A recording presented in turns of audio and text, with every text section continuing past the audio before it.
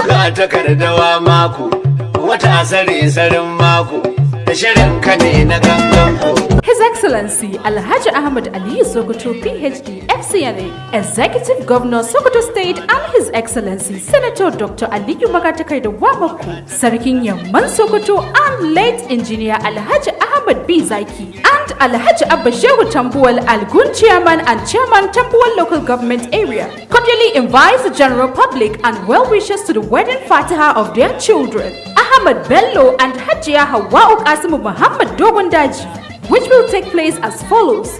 Venue, Gawannama Juma'at Mosque, Sokoto. Date, Friday, 12th December 2025. Time, 1:30 p.m. immediately after Juma'at prayer. May Allah grant us the privilege to witness that great day. Announcer, Algun Chairman, Sokoto State, Alhaji Abba Shehu Tambuwal, Chairman, Tambuwal Local Government Area.